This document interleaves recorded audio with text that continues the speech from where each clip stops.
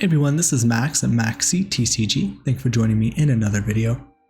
So we're going to be looking at the ban list. I haven't looked at it yet outside of maybe hearing something about Orcust Harp Horror coming off the list, which I'm super excited about if that's true, because I love Orcust. And I have some ideas for Runic Orcust lists I've been playing, so we'll see if that's it. And we'll dive into the list and see what's off. Okay, Agido the Ancient Sentinel was limited, now it's banned. That probably means both of the millers are banned, which is great. I think that's honestly the worst part of tier limit. So even if those are the only hits too, I think those are huge. I think those just go way too hard. Kelbek The Ancient Vanguard. Okay, so both millers are gone. Let's see here, what else do we have? Mathmech Circular was limited, now it's banned. Wow, okay. I didn't think they were going to do that, so that's pretty crazy. Let's see what else.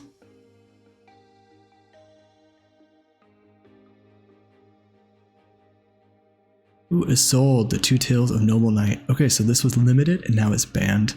Honestly, I feel like they could have, or no, it wasn't limited, it was just unlimited, now banned. I think they maybe could have just limited this, so at least you can just hit it with an imperm or an effect negation on the first effect and you get nothing because you can't link into it again, and maybe done some other like softer hits to keep Isolde, because even though Isolde does give you access to a monster from the deck, which is a big culprit for cards that are getting banned, I was thinking with the fact that you need to have equip cards, there is a little bit of a drawback, but with also having Reynolds as a really good level 1 target, maybe that drawback isn't really there anymore like it used to be when you had to play, 3 to 4 not really good equip cards. Okay, anything else banned? No exceeds, no synchros. Any spells? No. Any traps? No. Okay, so that's all the bans. Some really good hits here. So if we look at these again, both the millers are gone, Mathmech Circular's gone, so I think the deck is pretty much unplayable. I mean, you could still do some stuff with it, but it's not going to be meta relevant, I feel like, in any way. And then Isolde, yeah, that really does hurt Noble Knight some. Probably going to really weaken the ceiling of their board. Let's go to limited, see what's hit here. Or if anything came back to 1. Okay, Orcust Harp Horror. Okay, awesome. So that's really cool that we have this back for Orcust. I think that makes Orcust Runic so much better that you have access to Harp Horror. Just really makes the ceiling of what you can pull off a lot more consistent than only needing to get to a Girsu. Alright, now we have Redox, Rescue Airlifter. Okay, so I think this makes sense as a hit. I think I would have rather have seen the Rescue spell hit to 1 instead of Airlifter, but I think they more or less solved the same thing of making the deck a little less consistent. I don't know if I really like the deck being less consistent, even though it does have a lot of cards to play, so I think they could just play a second, Witch or some other cards. They can more or less make up for the consistency, but this does still hurt. Redox the Dragon Ruler, so that means most likely the other Dragon Rules are off, which is cool to see if that will have any fun experimentation, but I don't think the deck's going to be like it was in 2013 when it was tier 1 by any means. Maybe something splashed in, like a dragon deck. Unchained Soul Sharvara. Okay, so a small hit to Unchained there. That's pretty cool. All right, so that's going to be the red dog. I think that makes sense. I think it's a good way to limit one of the main cards they want, not allow them to dodge effect negation as much by having it in hand to, dodge an imperm on a tour guide. So I think that makes sense as an option to be able to hit for that deck. Again, because of how close the ceiling is for a lot of these decks and so many decks being really good, they really do have to go and kind of hit something out of everything for the most part, or something's going to trail ahead and be too good. But maybe Purrely might be the deck that trails ahead because of this. They might not hit it because the deck hasn't been doing as much recently. Okay, Sunavalon Dryas and Sunavalon Healer. Okay, so I think that will definitely help slow down the plant deck a little bit. I'm not sure if that's really enough. I do think it does help mess up some of their combos for resummoning, so that's not too bad of a hit. But I'm not super familiar with Sunavalon outside of just knowing how to play against it. So I have to see what people say they're playing that, if this is enough of a hit or if the deck more or less can play the way it wants. It's just more fragile on follow-up, which might not be bad if that's the main way they're hitting it.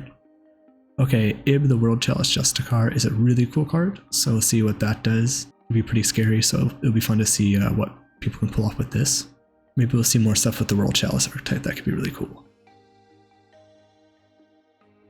Okay, next we have Snatch Steal's back. Okay, that's really interesting. They brought this off one list and then banned it again, so I wonder if this will actually stay off. When we see Gozen hit, Rivalry, there can be only one. Okay, we're seeing a lot of floodgates getting hit. This is perfect. I think we really do need to see a lot of these hit to 1. I think they're fine at 1 in terms of being a balancing mechanic to the game, being really fast. It may feel a little sacky when people draw them, but you can't just side into a bunch of them. You're going first, and it will hurt floodgate decks that want to try to play a bunch of these. So overall, I'm okay with there being 1 in the game. I think they have their place, but I do like that they're at 1. Okay, let's see what came back that's no longer on the list for semi-limits. Anything. Okay, Dinowrestler Pankratops was limited, is now semi-limited. Speedroid Terrortop was limited, now semi-limited. So Pankratops, I think Pankratops is really cool. A lot of people have been asking for this to come off some. I think they could have put it to 3, but that's fine. And then Purrely Sleepy Memory. Okay, so that's at 2. So you can't necessarily do as much of the, end up drawing like 6 cards. You can only do 4. It does make it where, I guess you can still do 3 good reveals off Sleepy and Delicious. So I think that's still good. A small, very minor, I think, slap on the wrist type of hit to Purrely. I think if they would have put this to 1, it would have been a lot more severe of a hit, because they wouldn't have 3 good targets off Happy. A continuous spell. Alright, see what came off. Okay, so Infernity Archfiend was limited, no longer on the list, so that's really big for Infernity, but the way Infernity plays, it's too much of a glass cannon now, and the inability to really play hand traps, I think, hurts the deck a lot. Unicorn was semi-limited, no longer. I think that's fine with the Arise Heart hit. It's still, I think, a decent tier 2 deck in terms of what it can do, but probably more tier 3 in terms of representation, so I don't think that's really going to change. Mind Control was limited, it's no longer on the list. I think that makes sense with all the other good cards that are in the game. For stealing monsters, this one's just not as good anymore. Pot of Desires, okay, also really great. Unlimit overall. I think I can see the pot cards getting hit to 1s and stuff and being more restricted, but I think we would see that more for the Pot of Prosperity hit, not the Pot of Desires. So I think Pot of Desires coming to 3 is fine. I did like kind of how Pot of Desires being at 2 just stopped people from arguing about it should be at 3 or 2. But now we can have that discussion again. Spellbook of Judgment was limited, no longer on the list. I think that's fine. Spellbooks haven't done enough. The card's still really powerful, but I don't think it does enough for the deck, and it'll be cool to see if it does more. Spright Starter was semi-limited, no longer limited. I don't think we've seen Spright do enough either, so I think that makes sense. Just give them an extra starter card, and depending on the version of the list, if you're playing Runic or other lists, sometimes they don't even play all 3 starter, so more of a helpful hit helpful recovery for pure Spright decks. And then we have Upstart Goblin. I remember this used to be really huge, that you'd play this to have a 37 card deck to be more consistent.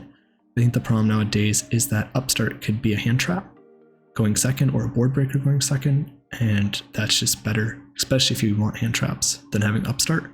So I think all this will really do is potentially help decks that want a lot of spell cards. Maybe we'll see it played in a Sky Striker list, but I think for the most part, this isn't how it used to be where people are going to be playing it. So I think we're past that point because it's just better to have something you can actually use versus cards that can get you into something later, unless maybe you're going for straight board breakers. Because most likely people aren't going to negate an Upstart. So maybe that's the case. But yeah, I think this is a really cool list. A lot of really good cards that came off.